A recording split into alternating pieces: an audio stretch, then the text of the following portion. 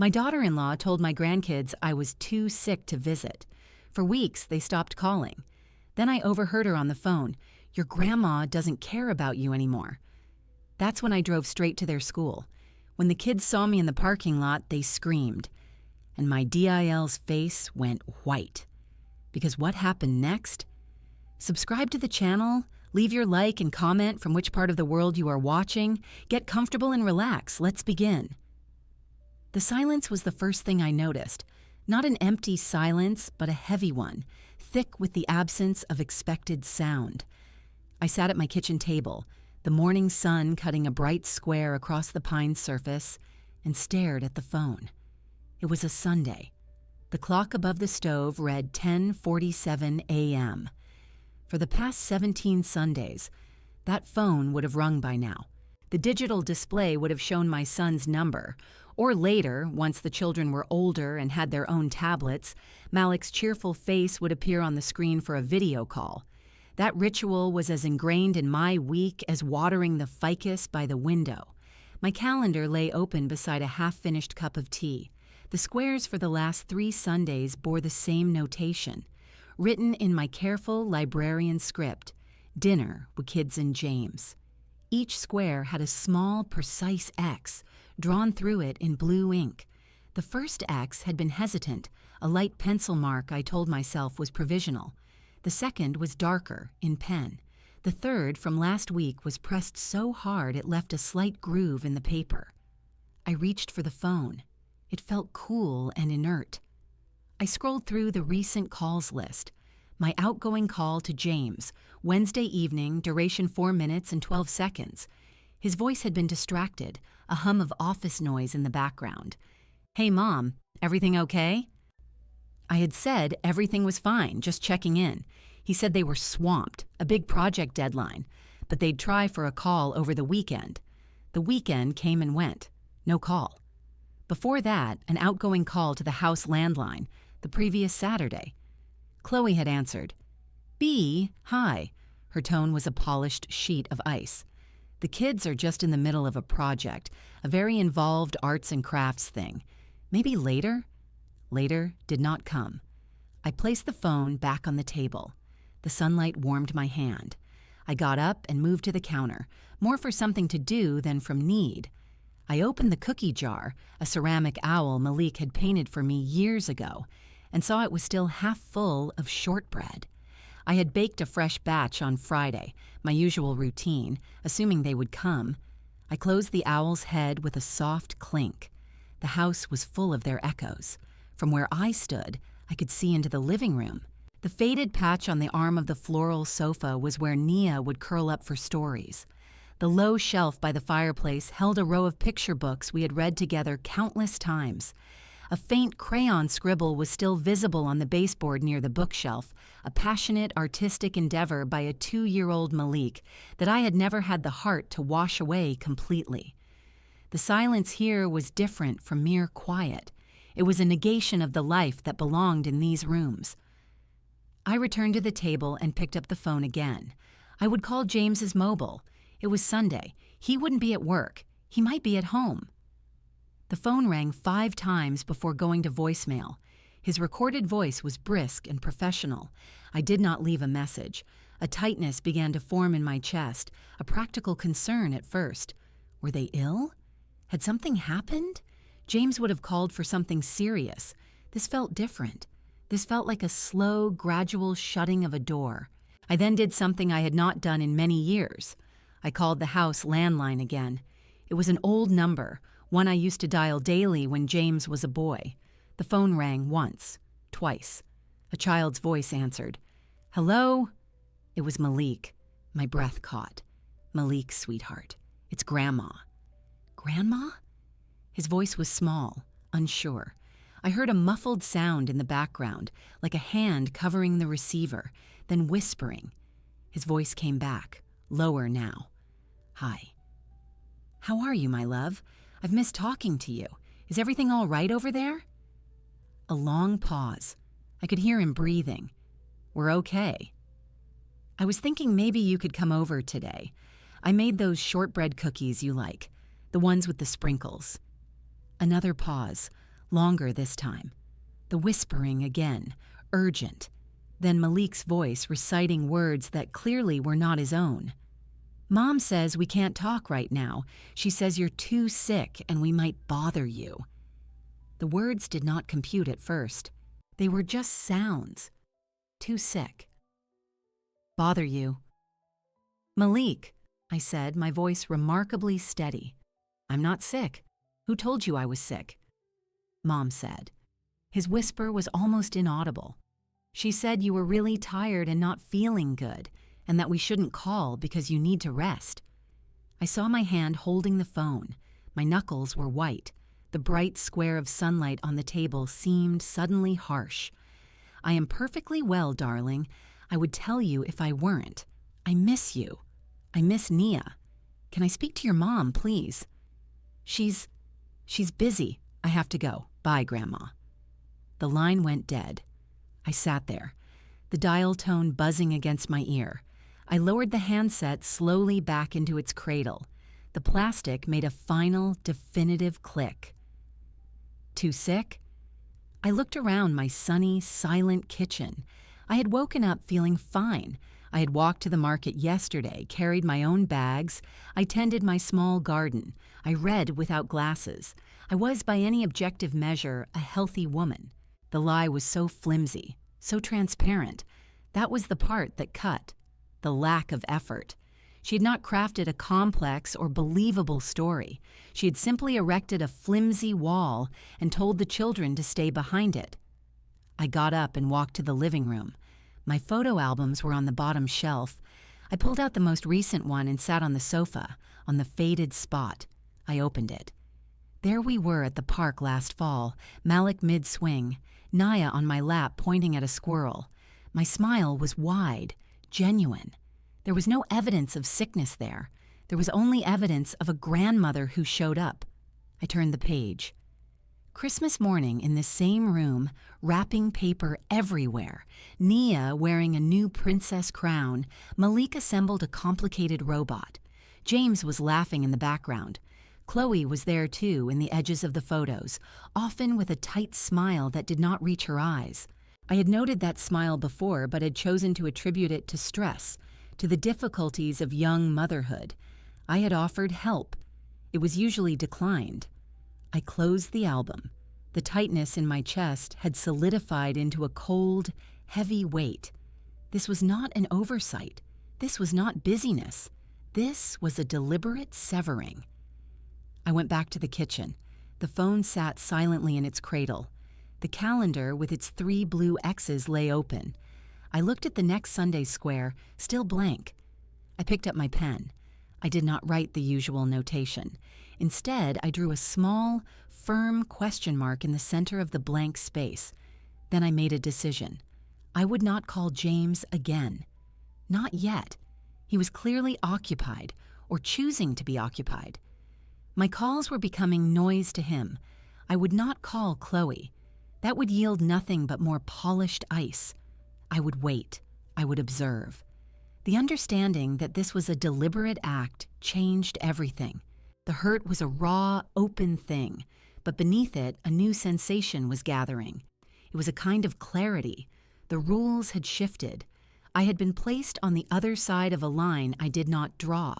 The first step was to comprehend the new terrain. I finished my tea, now cold. I washed the cup and placed it on the drying rack. I put the cookie jar in the pantry. I closed the calendar. The ordinary actions of my day resumed, but each one was now performed with a different awareness. The silence in the house was no longer a passive condition. It was information. I listened to it. I cataloged its dimensions, and I began, very quietly, to plan. The plan began with a practical step. I would not demand. I would not accuse. I would perform the role assigned to me by Chloe's narrative, a concerned, perhaps slightly frail, grandmother. On Tuesday morning, I assembled a care package. It was a familiar ritual, one I had performed when James was sick as a child or when a neighbor had undergone surgery. The logic was sound. If I were perceived as unwell, a gesture of health sent in the opposite direction would create a dissonance. It would force a reaction, or at the very least, provide a pretext to observe. I baked. Not the children's cookies this time, but a lemon loaf, something light and restorative.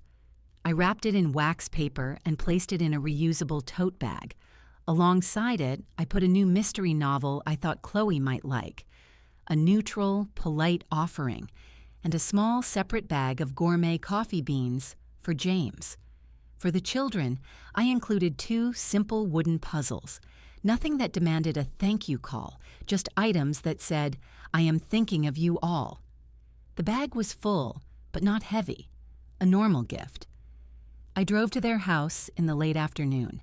I calculated the time to avoid the rush hour but to arrive when James would still be at work. This was not a visit for him. The suburban streets were quiet. Their house, a 2-story colonial with gray siding and black shutters, looked orderly. The lawn was recently mowed. No toys were visible on the front porch. It presented a clean, closed face to the world. I parked at the curb instead of in the driveway. A small decision, one that allowed for a slower approach. I retrieved the tote bag from the passenger seat and walked up the flagstone path. The front door was painted a deep, glossy red. As I reached the first porch step, I heard a voice. It was coming from the side of the house near the driveway, Chloe's voice. She was speaking on the phone, her tone carrying the particular brightness she used for non-family. It was a performative, conversational tone. I stopped on the step, the bag hanging from my hand. The kitchen window was open a few inches. She must have been standing just outside it. "I know, right? It's just easier this way," she was saying, a laugh, short and airy. "No, seriously, the constant calls, the pop-in visits. It was just too much. We needed some space." I did not move. The wax paper around the lemon loaf made a faint crinkling sound under my fingers. I tightened my grip to silence it. "Oh God, don't even get me started on the guilt trips," she continued. I could picture her rolling her eyes, leaning against the siding. Every little thing becomes this whole production. It's exhausting. A pause. She was listening. I stared at the brass numbers nailed to the door. 214. They were very clean. Her voice dropped slightly, but not enough. The words came through with perfect, chilling clarity. "Honestly, she's getting old. What does she even do all day? And the kids? I had to simplify it for them. I just said she was too sick for visitors. They bought it. Kids are so gullible." The air left my lungs in a slow, controlled exhale. My body felt very still. The cold weight in my chest from the phone call solidified into something else, something crystalline and sharp. Another pause, then a sigh. "I mean, your grandma doesn't really care about you anymore. She's got her own life. That's basically what it amounts to. It's kinder in the long run, don't you think? A clean break?" There was a finality in that phrase. A clean break. As if I were a bad habit, an inconvenient subscription. I heard the shuffle of feet on gravel. "Yeah, I should go. The kids'll be down from quiet time soon. Lunch was a nightmare. Okay, talk Thursday." The call ended. I took one step backward, then another, my heels meeting the soft grass of the lawn instead of the stone. The movement was silent. I turned and walked back to my car, each step measured and even. I opened the passenger door, placed the tote bag back on the seat, and closed the door with a soft click. I got into the driver's seat. I inserted the key into the ignition but did not turn it. I looked at the house, the red door, the black shutters, the open kitchen window. I saw the curtain twitch. A figure passed behind the glass. She was inside now. The words replayed in my mind, not as a shocking blur, but as discrete catalogued statements. Statement, "It's just easier this way." Statement, "She's getting old." Statement, "Your grandma doesn't really care about you anymore." Statement, "A clean break." The lie to the children was one thing, a tactical maneuver. But this conversation with a friend was the strategic briefing. This was the truth of her position. I was not a person to be managed with care. I was a problem to be solved with distance and fabrication. The children's affection for me was an inconvenience. My love was a burden. I had come seeking dissonance. I had found confirmation. I started the car. I did not look at the house again as I pulled away from the curb. I drove the familiar route home, my hands at 10 and 2 on the steering wheel.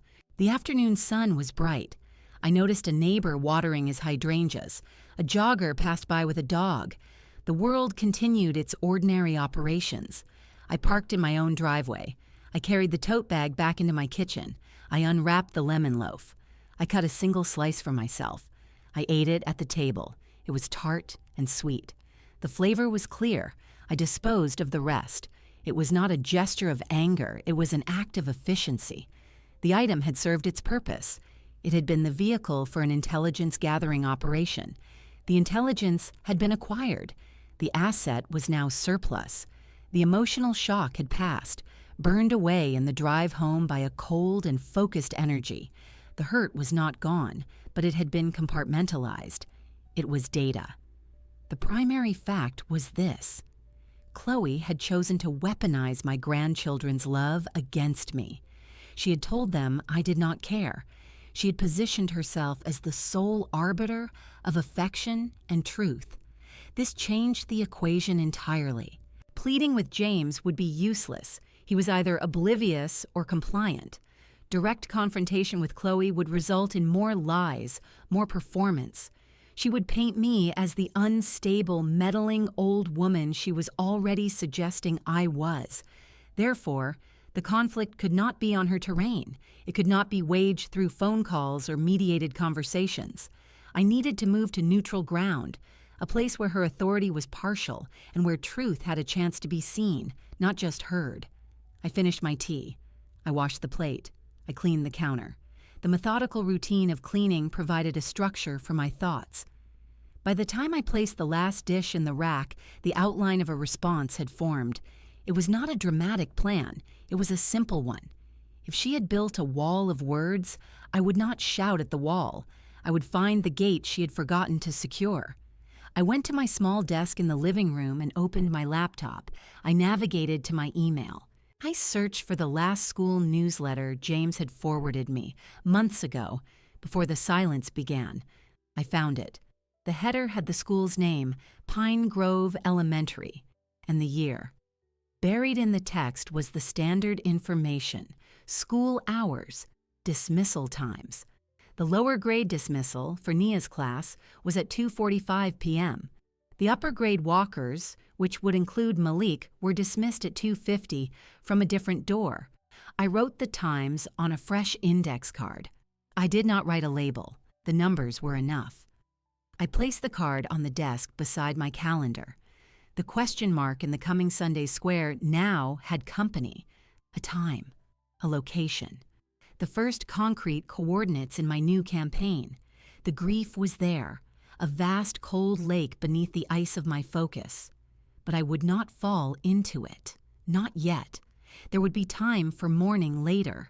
For now, there was only the next step and the absolute clarity that the woman in that house with the red door had declared war on the wrong grandmother. The index card with the dismissal times remained on my desk for 2 days. I did not look at it constantly, but it was a fixed point in my peripheral vision. Its presence shifted the atmosphere in the house. The quiet was no longer something to be endured. It was the necessary condition for preparation. I moved through my routines with a new sense of purpose. Each task was no longer just a task. It was a step in the logistics of reclamation. I first verified the information. Pine Grove Elementary's website had a parent portal, but I lacked the login credentials. Instead, I used the public calendar. I confirmed the school hours. I studied the map of the school grounds, noting the designated parent pickup zone, a curved driveway in front of the main entrance. I familiarized myself with the street layout using an online satellite view. I identified a legal parking spot on a side street, Maple Avenue, that offered a clear line of sight to the school's front doors. It was approximately a 90-second walk. I measured the distance using the map's scale. I considered the variables. Weather. The forecast for the coming week showed clear skies, mild temperatures. I would not need a heavy coat, which was preferable. Visibility was important. Chloe's vehicle, a silver SUV. I knew the make and model. I knew she preferred to arrive early for pickup, often sitting in the car with her phone until the children emerged. This habit worked in my favor. It meant her attention would be divided. The most critical variable was the children's reaction. I could plan for geography and timing, but I could not script their emotions. I had to trust the data of our past relationship. The memory of Malik's hesitant whisper on the phone was balanced against 8 years of his unguarded hugs. Nia's affectionate nature was a known quantity. The lie Chloe had told was a thin veneer. My objective was to crack it with a single, undeniable fact of my presence. I would not skulk. I would not hide. My approach would be direct and open. I would arrive, park legally, and walk to the pickup zone. I would position myself in a visible public area. The setting provided its own protection and its own pressure. School dismissal is a social theater. Other parents, teachers, and staff are present. Chloe's preferred weapons, private lies and controlled narratives, would be useless here. Here, reality had witnesses. On Thursday morning, I drove to Pine Grove Elementary on a reconnaissance trip. I did not get out of the car. I arrived at 2:30 p.m. and parked in the spot on Maple Avenue. The scene unfolded exactly as the map and logic had predicted. Cars began to line the pickup lane. The silver SUV arrived at 2:38. I saw Chloe's profile as she pulled into the queue. She did not look around. She picked up her phone immediately. At 2:45, a side door opened, and a stream of younger children emerged, led by teachers in bright vests. I scanned the group. I did not see Nia. My pulse remained steady. This was data collection, not execution. A second wave of older children came from another door at 2:50. I saw Malik. He walked with another boy, his backpack slung over one shoulder. He looked toward the line of cars, located the SUV, and walked toward it. He did not look around the way he used to, scanning for my car on the rare occasions I picked him up. He had been conditioned not to expect me. I watched as he opened the back passenger door and climbed in. The SUV pulled away from the curb and drove out of sight. I sat in my car for another 5 minutes. I observed the rhythm, the convergence, the brief chaos of reunion, the dispersal. It was a daily ritual. I was an outsider to it now. The feeling was not one of sadness, but of analytical distance. I had identified the pattern. My intervention would be a controlled anomaly introduced into that pattern. I started the car and drove home. The reconnaissance was complete. The plan was viable. That evening, I called my son. It was a calculated call. I needed to establish a baseline record. He answered on the 4th ring. "Mom? Hey." He sounded tired. "James, I just wanted to check in. I haven't seen the children in some time. I'm concerned." A pause. I heard the clack of a keyboard in the background. "Yeah, it's a crazy time right now. Chloe's been managing their schedule. You know how it is." "I do," I said, my voice neutral. "I heard a concerning thing from Malik last Sunday." "Oh?" The keyboard sound stopped. He said he was told I was too sick for visitors, that they might bother me. A longer pause. "Sick? I don't know where he got that. Kids misinterpret things." He said Chloe told him. The silence on the line was dense. I could picture his face, the familiar tension when confronted with a conflict between his mother and his wife. He would seek the path of least resistance. "I'll talk to her," he said finally, his voice assuming a placating tone I recognized from his teenage years. "It's probably just a misunderstanding. She's probably just trying to protect your rest or something. You know she worries." "I am not an invalid, James. I miss my grandchildren." "I know, Mom. I know. Look, let me figure things out on this end. We'll sort it, okay? I've got to jump on another call." All right. Goodbye, James. I hung up before he could. I placed the phone on the desk beside the index card. His response was as I had predicted: avoidance, minimization, delegation to Chloe. He had chosen his side through inaction. The call served its purpose. It was a formal inquiry logged. It demonstrated that I had attempted the proper channel. It had failed. Now there was no ambiguity. The diplomatic route was closed. The only remaining path was direct action. I opened my closet. I surveyed my clothes. I needed an outfit that communicated specific things: health, vitality, authority, and approachability. Nothing funereal or frail. I selected a dress, a solid violet sheath with 3/4 sleeves. It was elegant, but simple. It brought out the richness of my skin tone and contrasted strikingly with my silver hair. I owned a single strand of good pearls. I would wear those. My posture would be straight. My smile, when it came, would be warm and genuine. This was not vanity. This was uniform selection. I was dressing for a mission where perception was a primary weapon. Chloe had painted me as old and sickly. I would present as the opposite. The visual evidence would contradict her story before I spoke a single word. I laid the dress on my bed. I polished my low-heeled pumps. I set my pearls on the dresser. The plan was set. D-Day, as I had begun to think of it in the cold, operational part of my mind, was tomorrow, Friday. A Friday was better than a Monday. The children would be looking forward to the weekend, their guards lower. Chloe might be distracted by weekend plans. I went to bed at my usual time. I slept without dreaming. When I woke at 6, my mind was clear. There was no anxiety, only a steady, humming focus. Today I would not bake cookies for a ghost kitchen. Today I would bake them as ammunition. Today I would braid my hair with precision. Today I would put on the uniform. Today I would drive to Maple Avenue. Today at 2:45 p.m. I would step onto the battlefield of ordinary life and win back what was mine. The grief was still there, the vast cold lake. But I had built a bridge of sheer will across it. I would not look down. The morning was a series of deliberate actions. I rose at 6, as I had planned. I showered, the water hot and sharp against my skin. I dressed in my ordinary house clothes, a soft knit shirt and trousers, and went to the kitchen. The first operational task was the baking. The cookies were not merely a treat, they were a tactile piece of evidence, a sensory anchor to the truth of my affection. I gathered the ingredients from their familiar places in the pantry and refrigerator: flour, sugar, butter, eggs, vanilla.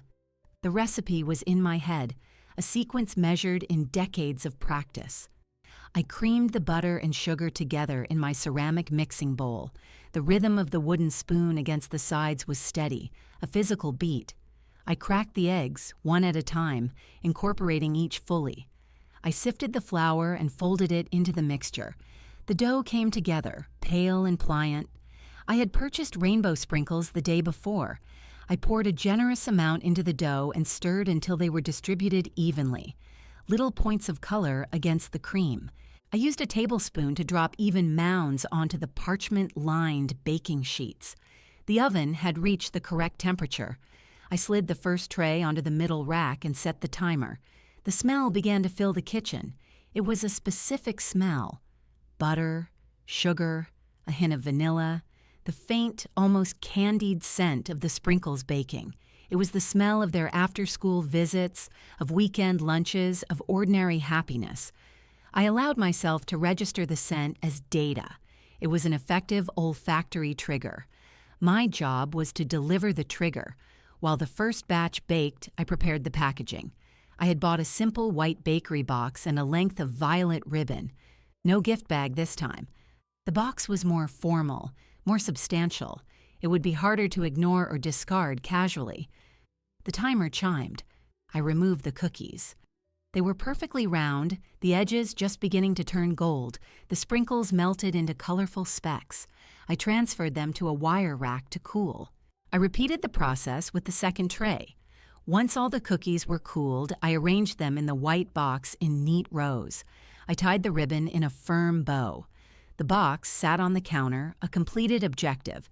I ate a light lunch, a bowl of soup, a slice of bread.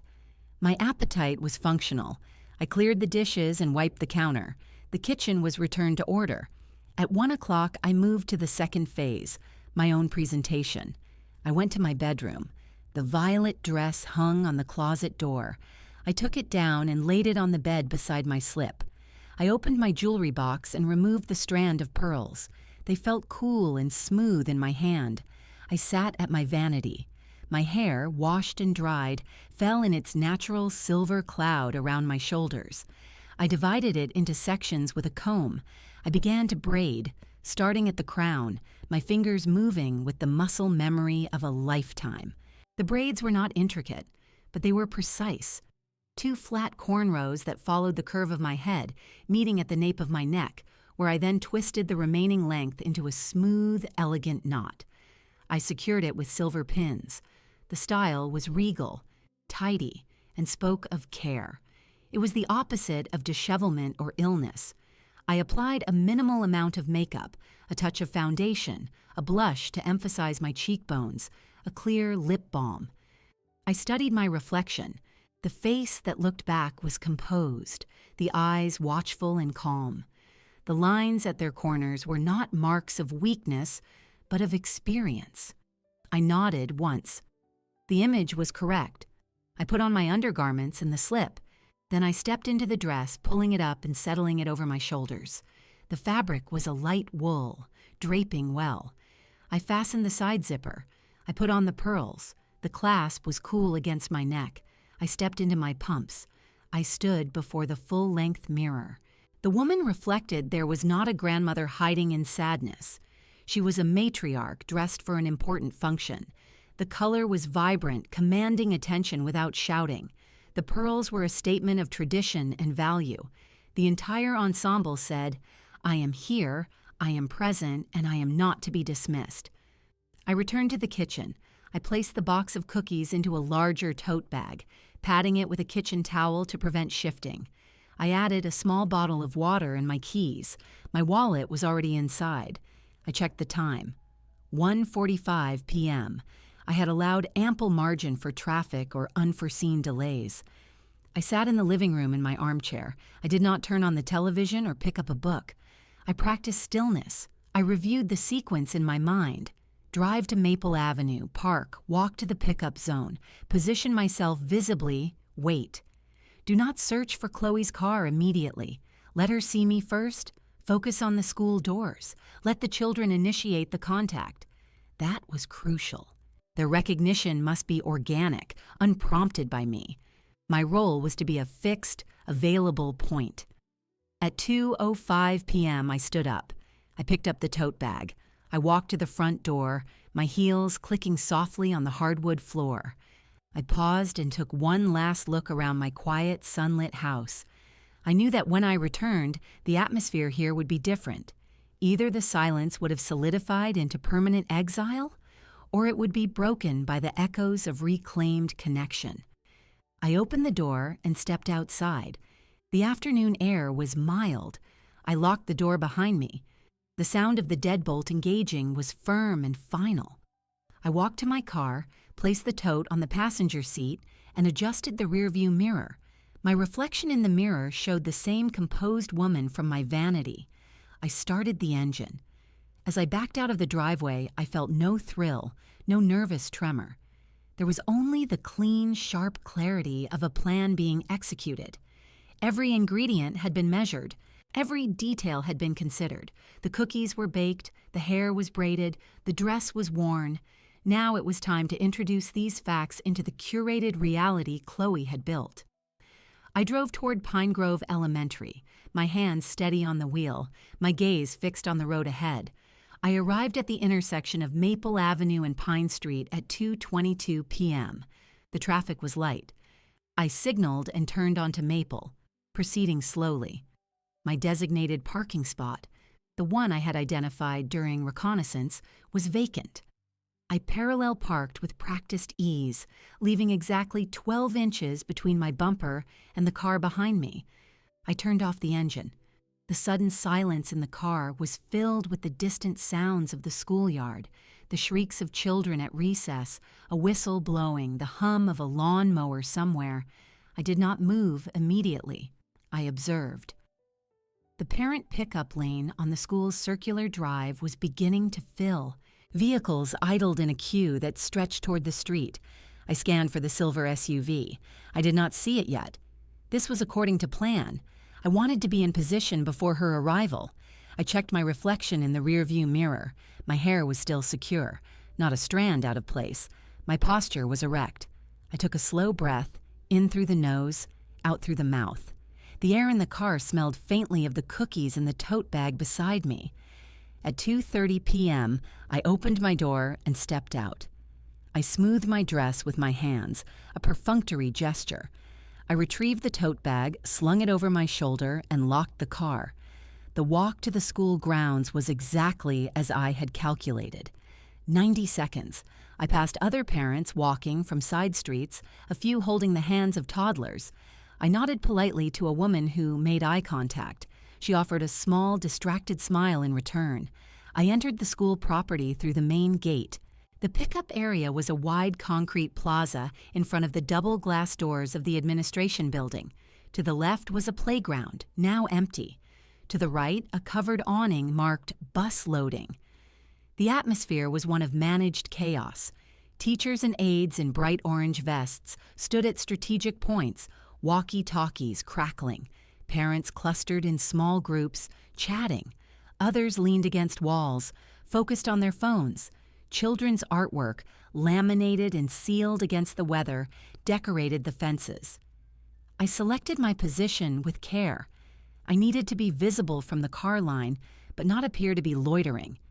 I walked to a low brick planter box filled with marigolds near the center of the plaza. It was a natural place to stand and wait. I had a clear, unobstructed view of the two doors from which the children would emerge. Door A for the lower grades, door B for the upper grades. I set the tote bag at my feet. I kept my hands loosely clasped in front of me. I did not fidget. I did not check my phone. I simply watched the doors. My heart rate was elevated, but my breathing remained even. This was the calm before the engagement. Every sense was heightened. I noted the color of the door frames, the pattern of the concrete slabs, the way the sunlight fell across the school's facade. At 2:38 p.m., I saw it. The silver SUV glided into the pickup lane, about 7th in the queue. It came to a stop. The driver's side window was down. I could see the profile of the driver. It was Chloe. She was looking down, her face illuminated by the screen of her phone. Her fingers tapped rapidly. She did not glance up toward the plaza. She was ensconced in her metal bubble, secure in the routine. A part of me noted the mundane nature of the scene. There was no ominous music, no dramatic lighting, just a woman in an SUV waiting to collect her children on a sunny Friday afternoon. The ordinary setting made my presence here all the more potent. I was an anomaly in her normalcy. I shifted my gaze back to door A. According to the schedule, dismissal would begin in 7 minutes. Around me, the crowd of waiting adults grew thicker. The chatter increased. A teacher near door A spoke into her walkie-talkie and then nodded to a colleague. The first signal. My muscles tensed, but I did not move from my spot by the planter. I was a statue of a grandmother, patient and expectant. I replayed the children's faces in my mind. Nia, with her 2 long braids, usually bouncing as she ran. Malik, taller now, with a thoughtful frown when he was concentrating. I wondered what they had been told today, if the lie had been reinforced. At 2:44 p.m., the handle on door A turned. A teacher pushed it open and held it. She stepped aside. The first wave of children spilled out. They were small, kindergarten and first graders, some looking bewildered, others scanning the crowd with practiced ease. They were shepherded by another teacher in a vest who called out, "Walkers to the right! Car riders, wait for your name!" My eyes scanned the emerging faces. I did not see Nia. A cold thread of doubt wound through my focus. What if she was absent? What if Chloe had taken them out of school early? I dismiss the thoughts. Stick to the plan. Observe. Then I saw her. She was near the back of the group holding the hand of a little girl with red hair. Nia. She was wearing a yellow dress. Her hair was in its usual braids tied with yellow ribbons. She was listening to her friend, a small smile on her face. They stepped out of the doorway and into the sunlight. She turned her head, looking toward the general area where parents stood waiting. Her gaze swept past the clusters of adults. It passed over me. Then it snapped back. Her head turned fully. Her eyes widened. Her mouth formed a perfect circle. The smile vanished, replaced by a look of pure, uncomprehending shock. She stopped walking. Her friend, still holding her hand, was pulled up short and looked at her questioningly. Nia's hand slipped from her friend's grip. She took one step forward, then another. She was not running yet. She was in a state of verification, ensuring the image before her matched the memory. I did not wave. I did not call her name. I simply stood there, allowing her to see me. I allowed my lips to curve into the warm, familiar smile I had practiced in the mirror. Recognition solidified in her eyes. It was not just recognition of my face, it was the recognition of a truth breaking through a lie. The paralysis broke. She screamed. It was not a scream of fear. It was a vocalization of shock and erupting joy, so loud it cut through the ambient noise of the plaza. Every head within 20 feet turned. "Grandma!" The word was a missile, launched from her small lungs, and then she was running, her yellow dress a blur, her braids flying behind her. She covered the distance between us in seconds, a force of pure momentum. She crashed into me, her arms wrapping around my legs with such force I had to brace myself. I bent down, my own arms encircling her small, trembling body. She was sobbing and laughing into my dress. "Grandma, Grandma, you're here. You're not sick." I held her tightly, my face buried in her hair. It smelled of child shampoo and sunshine. The first objective was achieved. The lie was shattered. But the operation was only half complete. I looked up over Nia's head toward door B. It was opening. The older children were emerging, and I needed to find Malik before Chloe did. The sound of Nia's scream and the word "Grandma" acted as a beacon. Heads turned not just in our immediate vicinity, but across the plaza. I saw a teacher glance over, a concerned frown forming. A cluster of parents paused their conversation to look. I registered this peripheral awareness while my primary focus remained on door B. I kept one arm around Nia, who was now clinging to me as if I might vanish, her face pressed against my side. The older children were flowing out in a less regimented stream. They were taller, louder, more independent. Backpacks swung. Conversations overlapped. I scanned the crowd, filtering out unfamiliar faces. Then I saw him. Malik was near the back, walking with the same boy from my reconnaissance. He was nodding at something his friend said, a half smile on his face. He wasn't looking toward the commotion. He was headed, as programmed, for the line of cars. "Malik!" The call came from Nia, her voice shrill with urgency. She pulled away from me just enough to point. "Malik, look! It's Grandma! She's here!" Malik's head jerked toward the sound of his sister's voice. His eyes found her, then traveled to me. His expression shifted through a rapid series of phases: confusion, disbelief, processing. The half-smile vanished. His steps faltered. He said something to his friend and broke away from the group. He did not run immediately. He walked, his pace quickening with each step, his eyes locked on me as if I were a mirage that might dissolve. He was evaluating, testing the reality before him against the story he'd been told for weeks. As he got closer, I could see the questions in his tense posture, in the slight frown on his brow. When he was 5 feet away, he stopped. "Grandma?" His voice was quiet, wary. "Hello, my love," I said, my own voice steady and warm. You're okay?" "I am perfectly okay. I have missed you very much." That was all the confirmation he needed. The wariness shattered. He closed the remaining distance in 2 strides and wrapped his arms around my waist, his head burying itself against my shoulder. His hug was tight, silent, and charged with a relief so profound it felt like a tremor through his small frame. Nia reclaimed her position, attaching herself to my other side. I held them both, my hands resting on their backs. The physical truth of them was overwhelming, a solid fact against all the whispered falsehoods. This was the scene Chloe saw when she arrived. I saw her first from the corner of my eye, a flash of movement cutting through the crowd. She had abandoned her car in the pickup lane. I could see it idling, unattended, several cars back. Her face was a study in controlled panic. Her mouth was a thin line, her eyes wide. She marched toward us, her heels clicking a rapid, angry rhythm on the concrete. Parents subtly moved aside, sensing the shift in atmosphere. She stopped 3 feet away. "What is this?"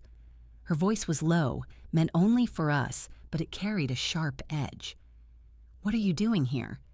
I gently loosened the children's hold and turned to face her fully. I kept a hand on each of their shoulders. "Hello, Chloe. I came to see the children.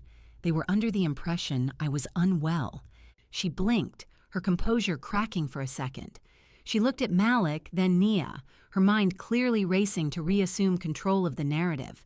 "You can't just show up at their school. This is highly inappropriate." "Is it inappropriate for a grandmother to visit her grandchildren at dismissal?" I asked, my tone politely curious. I did not raise my voice.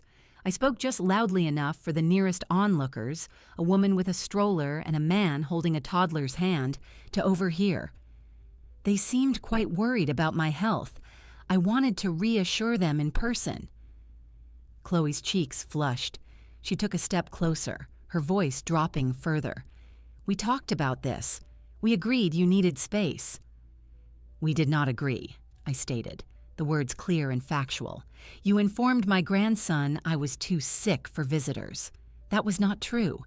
I believed it was important to correct that misinformation directly." I looked down at Nia, who was watching her mother with anxious eyes. "Weren't you worried about me, sweetheart?" Nia nodded vigorously. "Mommy said you were really, really sick, and we couldn't see you because you needed to sleep forever." The words, delivered with a child's brutal clarity, hung in the air. I saw the woman with the stroller's eyebrows raise. The man shifted his weight, his gaze moving from Chloe to me. Chloe's expression tightened. "Nia, that's not what I said. You misunderstood." She reached for Nia's hand.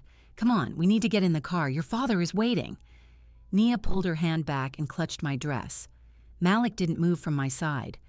"They seem hesitant," I observed calmly. "Perhaps they're confused. They were told one thing, and now they see another." I bent down and opened my tote bag. I retrieved the white bakery box. I untied the ribbon. The scent of fresh cookies, buttery and sweet, wafted out. I opened the lid.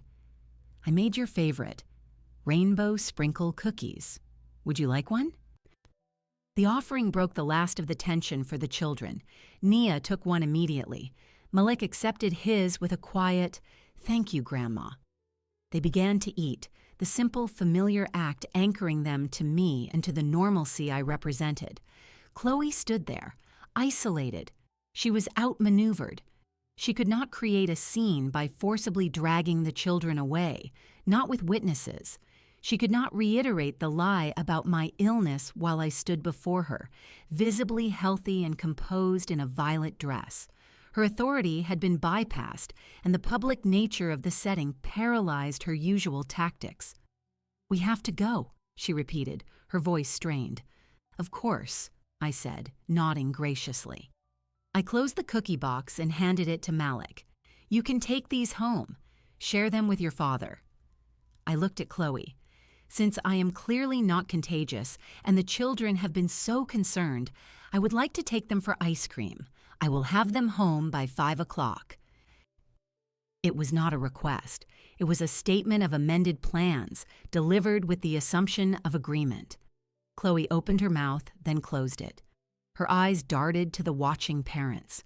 She forced a stiff smile. "Fine. but 5 o'clock, exactly. The concession was gritted out between her teeth. I will be punctual, I said. I looked down at the children. Shall we? The ice cream parlor on Main Street still has that bubblegum flavor, Nia. I took their hands, the cookie box tucked under Malik's arm. We turned and walked away from Chloe, across the plaza, toward the gate. I did not look back. I could feel her stare burning into my spine. The first engagement was over. I had secured the primary targets. The battlefield was mine. We walked through the school gate, away from the plaza and the staring eyes. The children held my hands tightly, as if I might evaporate. Malik carried the cookie box like a sacred offering. The normal sounds of the neighborhood returned. A lawnmower in the distance, a dog barking, the rustle of leaves. The institutional atmosphere of the school grounds fell away behind us. My car is on Maple Avenue, I said. It's a short walk. Are you really not sick at all? Nia asked, her voice still holding a note of wonder. I am really not sick at all, I confirmed. I have been perfectly healthy. But Mommy said, Malik began, then stopped. He frowned, processing the contradiction. She said you were too tired for company, that we had to be quiet for you. That was not true, I said, stating it as a simple fact. I was never too tired for you. I missed your calls. I missed our Sundays. We reached my car. I unlocked it and opened the back door for them. They climbed in, familiar with the routine. I fastened Naya's seatbelt, then Malik's. The interior of the car was a familiar space for them, filled with old memories. A forgotten hair clip of Nia's was still wedged in the seat crack. A library bookmark with Malik's name on it was in the door pocket. I got into the driver's seat and started the engine. As I pulled away from the curb, I glanced in the rearview mirror. The school was receding. There was no sign of Chloe. She would be retrieving her SUV, navigating the stalled car line, her mind undoubtedly churning. Where are we going? Malik asked. Ice cream, as promised. Then, if it's all right with you both, I would like to have a talk. Just us. They agreed quietly. The initial euphoria was settling into a more thoughtful quiet. I drove to the parlor on Main Street, a place we had frequented for years. The bell above the door jingled as we entered. The teenager behind the counter recognized us and gave a small wave. We ordered bubble gum for Nia, chocolate chip cookie dough for Malik, a small vanilla for me. We took our cups to a booth by the window. For a few minutes, we just ate. The pleasure on their faces was unfeigned. It was a normal activity, and the normality was the point. Can we come over on Sunday? Nia asked, her mouth ringed with blue ice cream. I would like that very much, I said, but I think we need to understand what happened first. Can you tell me what your mother said exactly about why we couldn't see each other? Malik put his spoon down. He looked at his cup. She said you weren't feeling good. Then she said you were really busy with your own friends. Then, last week she said you might be sick for a long time and that we shouldn't get our hopes up. He looked at me, his eyes serious. She said you probably didn't want a bunch of noisy kids around anyway. Nia nodded. She said you had a new life and that grandmas sometimes get tired of being grandmas. The words were clinical descriptions of a poison. I listened without interrupting, my expression neutral. Did you believe her? I asked. Malik hesitated. I wanted to call. I asked a lot, but she always said no. It wasn't a good time. After a while, it just felt easier not to ask. Nia's lower lip trembled. I cried. I thought you were in the hospital. I drew you get-well pictures, but Mommy said we couldn't send them. I reached across the table and took each of their hands. Listen to me carefully. Nothing your mother said was true. I never got tired of you. I never wanted a break from you. I thought of you every day. I called. Your father was busy with work, and your mother... I chose my words with precision. Your mother gave you incorrect information. I do not know why, but my love for you is a fact. It does not get sick. It does not get tired. Do you understand? They both nodded, their eyes wide. The relief was palpable. The lie had been a weight on them, too. "I need you to remember this," I said. "What she told you and how it made you feel. It is important. Would it be all right if I recorded you saying it, just so I don't forget?" They looked confused, but agreed. I took my phone from my purse. I opened the voice memo application. I placed it on the table between us. "Just say what you told me, in your own words." Malik went first, his voice halting but clear. "Mom said Grandma was sick and we couldn't bother her. Then she said she was busy with her own life. She said we shouldn't get our hopes up about seeing her." He paused. It made me feel sad and confused. Nia spoke next, her voice smaller. "I thought she was in the hospital. I was scared. I made pictures, but we couldn't send them. I missed you a whole lot." I stopped the recording. "Thank you," I said. "That was very brave." I saved the file. It was a digital artifact, evidence of the emotional impact, more reliable than my memory, more potent than my accusation. We finished our ice cream. I checked the time, 4:20 p.m. I had promised to have them home by 5. The next phase required punctuality. The drive to their house was quiet. The children seemed drained, the emotional roller coaster of the afternoon leaving them subdued. I parked in the driveway this time, not at the curb. The silver SUV was already there. The house looked still. I walked them to the front door. The red door was closed. I rang the bell. Chloe opened it almost immediately. Her face was carefully composed into a mask of normalcy, but her eyes were hard. James stood behind her in the foyer, his expression one of profound confusion. "Right on time," Chloe said, her voice flat. "I am a woman of my word," I replied. I bent down and hugged each child tightly. "I will see you very soon. Remember what we talked about." They nodded and slipped past their mother into the house. James started to speak. "Mom, what's going on? Chloe said you caused a scene at—" I interrupted him, my voice calm but firm. "James, we need to have a family conversation. Soon. But not now. The children are tired. Good night." I turned and walked back to my car. I did not look back. I could feel the pressure of their combined gaze, Chloe's hostility, James's bewilderment, but it did not touch me. I had secured the primary objectives, the children's reassurance, and their testimonial. The next move was theirs. My phone, in my purse, contained the quiet, devastating proof of what had been done. The battlefield was no longer the schoolyard. It was about to become their own home. I drove away from their house, the image of James's confused face and Chloe's stiff posture lingering in my mind. The emotional surge from the schoolyard had subsided, leaving behind a calm, analytical clarity. The first engagement was a success. Now I needed to assess the immediate fallout and prepare for the inevitable countermove. My phone buzzed once in my purse as I turned onto the main road. I did not check it until I arrived home. I entered my quiet house, placed my keys on the hook, and sat at the kitchen table. I took out my phone. There was a single text message, not from James or Chloe, but from a number I recognized as belonging to Lisa, a mother I knew casually from school events years ago. It read, "Saw you at pickup today. Everything okay?" That looked intense. This was the first ripple. Lisa was a known gossip, but a benign one. Her text was a probe, a request for narrative control. The witness had begun the process of social verification. I considered my response. I needed to be truthful but not dramatic, to position myself as the reasonable party. I typed back, "All is well. Thank you for asking. Just clearing up a misunderstanding with the children. They had been told I was quite ill. Needed to show them I was fit as a fiddle. Hope you're well." I sent it.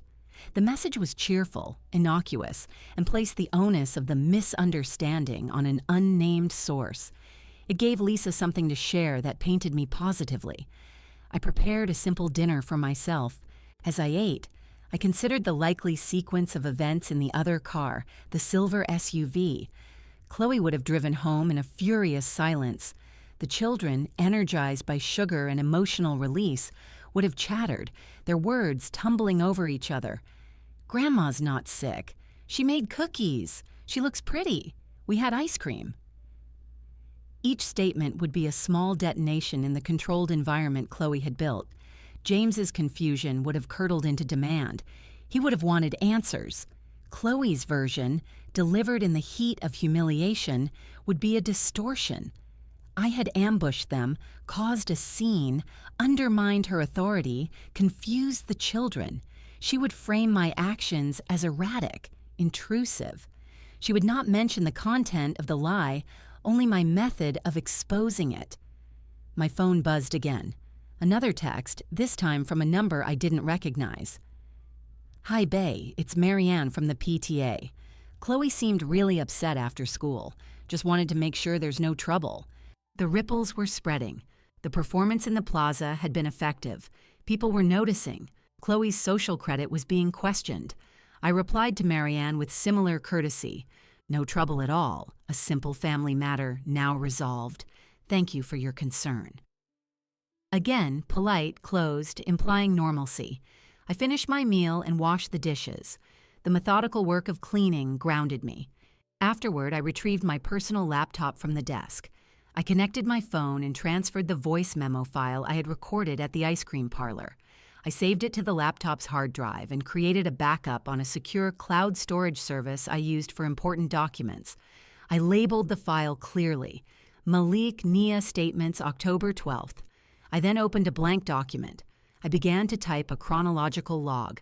I started with the first missed Sunday dinner, noting the date. I recorded the call with Malik, quoting his words exactly. "Mom says we can't talk. You're too sick, and we might bother you." I noted the date and time. I described the incident on the porch, transcribing the phrases I had overheard Chloe say to her friend.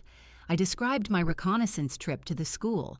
I detailed the events of today, my arrival, the children's reactions, the brief exchange with Chloe. I wrote in a dry, factual style, as if composing a report. I included the names of potential witnesses, Lisa, Marianne, the teacher in the orange vest. I saved this document and backed it up alongside the audio file. This was not paranoia. This was documentation. In any conflict, the person with the clearest, most contemporaneous record holds an advantage. Chloe dealt in spoken lies and social manipulation. I would deal in evidence. My home phone rang at 8:17 p.m. The caller ID showed James's number. I let it ring 4 times before picking up. "Mom." His voice was strained, tired. "We need to talk." "I agree," I said. She's really upset. She says you blindsided her at the school, that you made a public spectacle." "I went to see my grandchildren who believed I was dying," I stated, my tone even. I corrected a falsehood. The spectacle, if there was one, was created by the lie, not by the truth. He sighed, a long, weary sound. "She says you're twisting things, that you're trying to turn the kids against her." "Have you asked the children what they were told?" I asked. "Have you listened to them?" A pause. They said she told them you were sick. They were scared." "Yes," I said, "for weeks. And she told a friend within my earshot that she had done it because it was easier and that she told them I didn't care about them anymore. That is not a misunderstanding, James. That is a deliberate campaign." "She wouldn't say that," he said automatically, but the conviction was weak.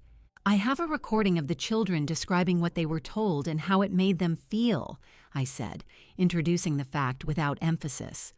The silence on the line was total. "A recording? Mom, what are you doing?"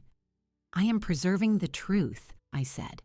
"When you are ready to have a real conversation with all parties present, let me know. I am available tomorrow afternoon at my home." I set the location deliberately. Neutral ground was no longer necessary. The next meeting would be on my territory. "This is insane," he muttered, more to himself than to me. "No," I corrected him quietly. What was done to your children was insane. I am merely applying reason. Good night, James. I hung up. I sat in the quiet of my living room. I could imagine the scene in their house. Chloe's defensive anger, James's dawning and uncomfortable suspicion, the children asleep, their minds finally at peace. The structure Chloe had built was cracking. The social pressure from other parents was a subtle but real force. My evidence was compiled. The initiative was still mine. I felt no joy, only a cold sense of progression. The revenge was not in the confrontation, but in the inexorable unveiling. She had tried to erase me with whispers. I was reappearing in high definition, with witnesses and receipts. The ripple from the schoolyard was becoming a wave, and it was washing toward her doorstep. The call with James ended at 8:21 p.m. I did not sit and dwell on it. Action was required. The meeting was set for the following afternoon. I spent the next hour preparing the environment. This was not about hospitality. It was about setting the stage for truth. I cleaned my kitchen thoroughly. I wiped the table until the pine surface gleamed. I arranged 4 chairs around it, one for me at the head, 2 side by side on the opposite side for James and Chloe, and one to my left for the children, should they be present. I wanted them there. Their presence would ground the conversation in reality. I considered baking again, but decided against it. The cookies had already served their purpose. Instead, I prepared a pitcher of iced tea and set out 3 glasses. The normalcy of the act was a counterpoint to the seriousness of the agenda. The next morning, I dressed in another solid-colored dress, a deep blue. It was somber, but not funereal. I braided my hair again with the same precision. At 2:55 p.m., my doorbell rang. I answered it. James stood on the porch, his shoulders hunched. Chloe was beside him, her arms crossed tightly over her chest. Her face was pale, her makeup perfect. The children were not with them. "Where are Malik and Nia?" I asked, stepping aside to let them in. "With a sitter," James said, his voice tight. "We didn't think this was appropriate for them." "I disagree," I said, closing the door. "It concerns them directly, but we can proceed." I led them to the kitchen. "Please sit." They took the chairs I had designated. James looked uncomfortable. Chloe's eyes darted around the room, avoiding mine, finally settling on the pitcher of tea as if it were a foreign object. I sat down. I folded my hands on the table. "Thank you for coming. The purpose of this meeting is to establish facts and determine a path forward." Chloe let out a short, humorless laugh. "This is ridiculous. You drag us over here for some kind of inquisition?" "I asked you here to listen," I said, my voice level. I looked at James. "You asked what was going on. I will tell you. I will do so in order." I began. On September 12th, the first Sunday dinner was canceled without explanation. On September 19th and 26th, the same. I called you, James. You were busy. I called the house. The children were always in the middle of something. On October 3rd, I called, and Malik answered. He told me, and I quote, "Mom says we can't talk. You're too sick, and we might bother you." I paused. That was the first I had heard of any illness. James shifted in his seat. He glanced at Chloe. Her jaw was clenched. "On October 5th, I continued, "I brought a care package to your home. As I approached the front door, I heard Chloe on the phone in the driveway. She was speaking to a friend. I heard the following statements." I looked down at my notes, though I had memorized them. 1. It's just easier this way. 2. Honestly, she's getting old. 3. Spoken in reference to the children. Your grandma doesn't really care about you anymore. She's got her own life. 4. A clean break. That's a lie, Chloe snapped, her composure breaking. You're twisting my words. I am relaying them verbatim, I said. The following week, I attempted to contact you, James. You suggested it was a misunderstanding. The children remained isolated. Yesterday, I went to the school. I did not ambush anyone. I stood in a public place. Nia saw me. Her reaction was one of shock and joy, not confusion. Malik confirmed they had been told I was sick for a long time. Chloe arrived and called my presence inappropriate. In front of witnesses, I stated that I was there to correct the misinformation about my health. James was staring at the table, his face a mask of conflict. Afterward, I said, I took the children for ice cream. I asked them what they had been told. They were articulate and distressed. Malik stated he was told I was sick, then busy, and that he shouldn't get his hopes up. He said it made him feel sad and confused. Nia stated she thought I was in the hospital, that she had made get-well pictures she was not allowed to send. She said it made her scared. I reached for my phone, which I had placed on the table beside me. I recorded their statements, with their permission. I did this because a child's recollection of emotional injury is often dismissed as exaggeration or forgotten over time. I found the audio file. I would like you to hear it. Chloe stood up. I don't have to listen to this. Sit down, Chloe, James said. His voice was low, but it held a new, firm edge I had not heard before. He looked at me, his eyes weary. Play it. I pressed play. The slightly tinny sounds of the ice cream parlor formed a backdrop. Then Malik's voice, hesitant but clear, filled my quiet kitchen. He recited the phrases. He described his feelings. Then Naya's smaller voice, trembling slightly, describing her fear, her unused drawings. The recording lasted less than 2 minutes. When it ended, the silence was absolute. Chloe had sat back down. She was staring at her own hands, which were clenched in her lap. All the color had drained from her face. James rubbed his hands over his face. He looked older. Chloe, he said, is any of that true? Did you tell them those things? She did not answer for a long moment. When she spoke, her voice was a thin wire. I was stressed. They were always asking, and you were never around to deal with it, and she always has to be so present. I needed space. It was just supposed to be for a little while. Your grandma doesn't really care about you anymore? James repeated, his voice rising in disbelief. You told our children that. You let them think their grandmother was dying? It got out of hand, she cried, a tear of frustration or shame finally tracking through her makeup. I didn't mean for it to go that far. But it did, I said quietly. You constructed an alternate reality that caused your children measurable distress. You alienated them from a person who loves them unconditionally. You did not come to me. You did not discuss boundaries with James. You implemented a solution based on a lie. James looked at me, then back at Chloe. The last of his doubt seemed to evaporate, replaced by a grim, disappointed clarity. This stops, today. What does that mean? Chloe whispered. It means, I said, that my relationship with my grandchildren will be restored. It means I will have regular, unimpeded access to them. It means there will be no more lies about my health or my affections. It means Sunday dinners resume. Here, starting this week. If you need space, Chloe, you are an adult. You can manage your own schedule. You will not manage mine or the children's through deception. James nodded slowly. That's non-negotiable. He looked at his wife. You will apologize to the children and to my mother. Chloe said nothing.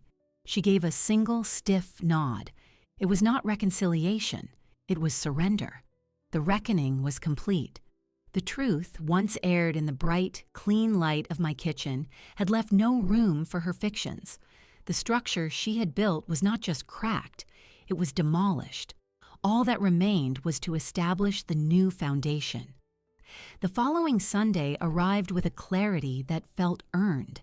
The morning sun through my kitchen window was the same as it had been for weeks, but the silence it illuminated was different. It was no longer an accusatory quiet, but a peaceful one, filled with anticipated sound. I began my preparations early. I set the table with my good linen placemats, the ones that could survive a spilled drink. I used the everyday plates, the ones the children had chosen years ago at a yard sale, each with a different cartoon animal. I placed a glass of milk at Nia's spot, a glass of juice at Malik's. These were small, re-established rituals. I prepared a roast, the way James liked it, with potatoes and carrots. The aroma began to seep through the house by 11 o'clock. I baked another batch of cookies, this time without tactical consideration, simply because it was Sunday. At 12:30, I heard a car pull into the driveway. I did not rush to the window. I finished wiping the counter and hung the towel on the oven handle. I walked to the front door and opened it just as they were coming up the walk. James led the way, carrying a bottle of wine. His expression was cautiously optimistic. Behind him, Malik and Nia walked together. Nia was clutching a piece of paper, and behind them, a few paces back, came Chloe. She was dressed neatly, her face composed into a neutral mask. She did not meet my eyes. "Grandma!" Nia broke away and ran up the steps, thrusting the paper at me. It was a crayon drawing of a house with a large sun. Stick figures labeled me and Malik and Grandma stood together. At the bottom, in her clumsy print, it said, "I am happy you are not sick." I took the drawing. "It's beautiful, my love, thank you." I hugged her. Malik followed, offering a quieter hug. James stepped onto the porch and handed me the wine. "Mom," he said. There was an apology and a promise in the single word. I nodded. Chloe reached the top step. She stood there for a moment. "Hello, Bee," she said, her voice flat but polite. "Chloe," I acknowledged. "Please, come in." They entered. The children immediately shed their jackets and ran into the living room, their voices rising in familiar debate over which game to play first. The sound was like music after a long silence. James helped Chloe with her coat. I led them to the kitchen. "Can I help with anything?" Chloe asked. It was a scripted line, but I accepted it as the olive branch it was meant to be. "You can set these on the table," I said, handing her the basket of rolls. She took it and moved to the dining area. James lingered by the counter. "They've been talking about this all week," he said quietly, watching the children. "Nia asked every day if it was Sunday yet. Malik, he seems lighter. Thank you." "I did not do it for your thanks," I said, stirring the gravy. "I did it for them, and for me." "I know," he said. "I'm sorry I wasn't paying attention." I did not absolve him. He needed to sit with that. "You are paying attention now. That is what matters." We sat down to eat. The meal was not a festive occasion, but it was solid, real.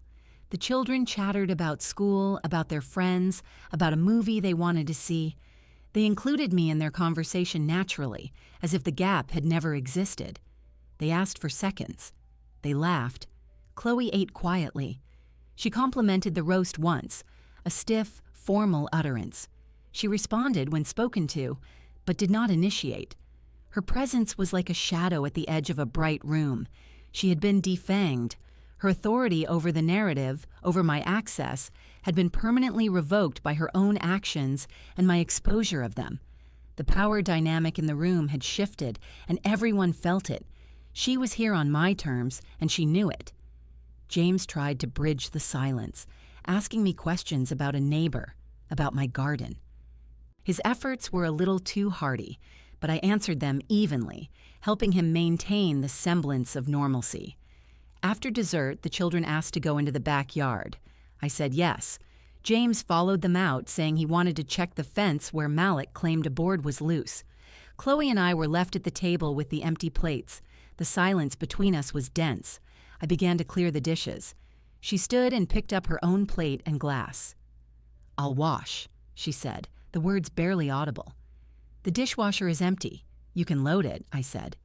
She moved to the sink. I brought the remaining platters and serving bowls. We worked in silence for a few minutes, the clatter of china and silverware the only sound. "They're happy," she said finally, not looking at me. "They are," I agreed. I didn't think it would hurt them. I thought it was simpler. "You thought of your own convenience, not their hearts," I said, placing the salt shaker back in the cupboard. "That is the difference between us." She didn't argue. She rinsed a plate and slotted it into the rack. James said, He said the access is guaranteed now. No more obstacles. That is correct, I said. This is the new arrangement. You can adjust to it, or you can make your life difficult. The outcome for me and the children will be the same. She nodded, a quick jerky motion. The lesson, it seemed, had been learned. It was a lesson born not of my anger, but of my unassailable position. I had not screamed. I had not begged. I had presented evidence and reclaimed my territory with a quiet public dignity she could not combat. Her revenge had been pettiness and exclusion. Mine was presence and irrevocable fact. The back door opened, and the children burst in, cheeks flushed, followed by James. The room filled with noise and life again. The moment of quiet reckoning was over, folded into the mundane reality of cleaning up after a family meal. An hour later, they prepared to leave. The children hugged me fiercely, their promises to see me soon tumbling over each other. James hugged me too, a longer, firmer embrace than usual. "Next Sunday?" he asked. "Next Sunday," I confirmed. Chloe shepherded the children toward the door. She glanced back once. "Goodbye, Bee. Thank you for dinner." The words were rote but not hostile. It was the best I would get, and it was enough. I stood at the door and watched them drive away. The house was quiet again, but it was a quiet I chose. The kitchen was clean.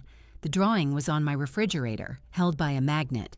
The calendar on the wall was open to the following week. In the square for next Sunday, I had written, in my clear script, "Dinner with kids and James." There was no question mark. I sat in my armchair. The evening light was golden. I felt a profound fatigue, but it was the fatigue after completing a necessary and difficult task. The cold fury that had sustained me was gone, dissipated in the act of victory.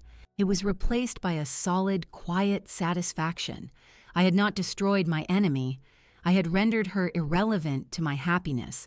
I had reclaimed what was mine not through force, but through the sheer, undeniable weight of truth and love.